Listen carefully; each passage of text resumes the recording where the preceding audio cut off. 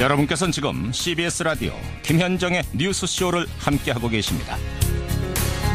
한국문단의 원로 고은 시인, 지금 경기도 수원시 광교산 자락에 살고 있습니다. 4년 전에 수원이요, 인문학 도시로 만들겠다라고 하면서 그야말로 삼고초려 끝에 수원으로 모셔간 거죠. 그런데 최근 그 마을의 주민들이 상수원 보호구역 해제를 요구하면서 시하고 갈등을 빚다가 고은 시인에게 그 불똥이 튀었습니다. 우리가 안 되면 고은 시인도 안 된다. 떠나라. 이렇게 된 겁니다. 자, 지금 이 상황을 어떻게 봐야 될까요? 오늘 화제 인터뷰 고은 시인의 제자지요. 한남대학교 김화나 교수 연결을 해보겠습니다. 아, 교수님 안녕하세요. 네, 안녕하십니까. 제가 지금 삼고초려라고 설명을 드렸는데 수원시가 얼마나 강하게 설득을 했던 겁니까? 아마 제가 선생님이 이주를 하시겠다고 저에게 이제 말씀해 주신 것이 2010년 추석 때였습니다. 예. 그리고 2013년도 이제 8월에 이주를 하셨는데요. 예, 예. 그 당시 이제 수원, 또 김포, 그리고 또 다른 곳에서 서너 곳에서 선생님을 이제 모셔가고 싶은 의사를 이제 밝혔고. 서너 곳에서? 예. 그리고 이제 선생님께서 여러 가지 여건을 이제 고려하여서 아마 예. 경기도 수원, 광교산으로 결정을 하신 것으로 알고 있습니다. 여기저기에서 유치전을 펼 정도였으면은 진짜 강한 설득은 있었을 거란 예상은 드네요. 예. 그렇죠. 선생님께서 그 지역에 이제 거주하시는 것으로서 그 지역에 이제 관심과 또 문화적 가치가 이제 상승하는 것은 명약관화한 사실이니까요. 그렇죠. 그렇게 해서 수원으로 결정을 하고 광교산 자락으로 이사를 하셨습니다. 네. 그런데 지금 주민들은 아니 그 지역은 상수원 보호구역으로 묶여서 50여 년 동안 우리는 아무런 개보수조차 못하고 있는데 왜 고은 시인에게만 특혜를 주느냐? 고은 시인에게 풀어줬으면 우리한테도 풀어줘라. 지금 이런 입장이거든요. 네. 어떻게 보세요? 저도 이제 수원 고은 선생님 댁을 이제 여러 차례 이제 방문했습니다. 예. 왼편에 이제 상수원 보호구역이 있죠. 네, 그런데 이제 최근에 그 부근으로 이제 방문객도 많아졌고, 예. 또 이제 그 일대 이제 음식점을 경영하시는 주민들이 이제 어떤 그 상수원 보호구역의 어떤 규제로 인해서 식당 경영이 많이 어려움이 있다고 이제 들었고요. 네, 이런 문제를 이제 너무 빨리 이제 풀려고 연성의 문제가 끌어들인 게 아닌가 싶고요. 사실 우리가 알기로 상수원 보호구역 규제와 고은 선생님 절대 별개 문제 아닙니까? 그래서 이 문제를 갖다가 이렇게 연결시켜서 하는 것은 주민들께서도 가장 최선의 방책은 아니고 현명한 것은 아니다. 저는 그렇게 생각합니다. 아니 근데 저는 답답한 게 그 문인이 먼저 나 거기로 이사 가겠소. 나한테 특혜를 주시오. 이렇게 하신 게 아닌데 그야말로 이분을 모셔가면서 지역 주민들하고 어느 정도의 공감대 형성도 없이 사업을 진행한 건가. 수원시가 조금 답답한 생각이 들어요. 네.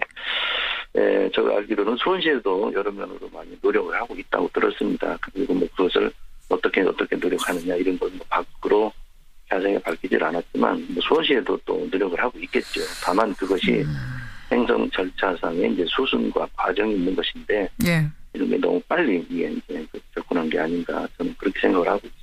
고은 시인 지금 말씀 쭉 듣다 보니까 고은 시인이 어떻게 보면 그럼 시와 그쪽 주민들 사이에서 볼모로 잡힌 셈이 아닌가 좀 그런 처지가 되신 게 아닌가 싶기도 하네요. 그래서 이제 그런 용어들은 저는 조금 그런데 어쨌든 그 상황은 이제 그렇게 저도 이해를 하고 있습니다. 아, 그래요. 네. 사태가 벌어지고 나서 어떻게 고은 시인하고 통화 좀 해보셨어요?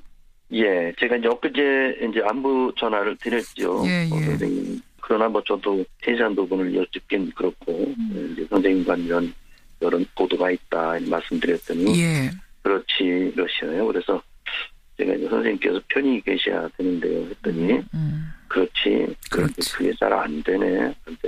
그런 정도. 그래서 제가 다시 연락드리겠습니다 해서. 선생님 이제 우리가 알기는 원래 이제 강하신 분이시잖아요. 그렇죠. 그런데 이제 굉장히 섬세한 분이십니다. 그래서 특히 이제 수원 이주 후에 제가 이제 그 지역을 이제 찾을 때도 이제 주민들에게 피해를 절대 끼치면 안 된다고 매우 이제 조심하셨죠. 그래서 제가 이제 차로 이렇게 모실 때도 막 입구에서 내리셔서 이제 홀로 걸어 들어가시기도 하고 이랬어요. 폐를 끼치면 안 된다 주민들한테. 그러니까 왜냐하면 이제 거기 와 계신 이제 상황에서 우야감을 조성한다든가 이런 것에 대한 이제 걱정이 되셨군요. 그렇죠. 그런데 이런 상황이 되니까 아마 집필은 조금 어렵지 않을까. 이게 이제 가장 걱정되고요. 그런데 이제 일부 언론 보도에 보니까 뭐 선생님께서 떠나시겠다 이렇게 말씀을 하셨다고 하는데 사실 그건 사실이 아닐 겁니다. 선생님이 입장에서 이제 그런 말씀은 안 하셨는데 어쨌든 주변에 어떤 분들이 그 전달이라든가 언론 보도에서 지레짐작된 게 아닌가 이렇게 생각을 하고 있습니다. 이게 그러니까 우리 고은 선생의 경우 말고도 통영하면 윤희상, 강원도 화천하면 이회수, 뭐 박경리, 이효석 이런 분들이 각 지역을 대표하면서 그 지역의 이미지를 만들고 사실은 좋은 뭐 효과를 많이 내고 있는 거잖아요. 어떻게 좀 마무리돼야 된다고 생각하세요? 네, 가장 이제 안타까운 게 선생님께서 지금 많은 작품을 구상을 하셨고, 예. 또 집필 중에 있고, 또 이런 과정을 제가 잘 알고 있습니다. 예. 그래서 이런 어떤 그 문학 활동이 지금 상당히 진체로 다시 이렇게 들어가시는 게 아닌가. 이건 가장 이제 어렵게 제가 이제 생각을 합니다. 예, 예. 뭐 우리가 알다시피 봉평에 가면 이효석이라든가 예. 이런 분들에 대한 지역 문학 콘텐츠 차원에서 본인들을 예우 또는 활용하는 이런 것들은 좋은 일이죠, 사실은. 그렇죠. 그런 면에서 수원시가 좀 더 관심을 가지고 주민들과 대화하고 예. 하루빨리 선생님께서 다시 저는 그 지역에서 계속 좀 계시는 것이 좋지 않을까. 계속 사시면서 좀 집필 활동 지금 구상하고 있는 것들, 집필 중인 것들 잘 마무리하셨으면 좋겠다 이런 말씀이세요. 자, 여기까지 오늘 말씀 듣죠. 고맙습니다, 선생님. 네, 안녕히 계십시오. 예, 고은 선생의 제자입니다. 한남대학교 김완화 교수였습니다.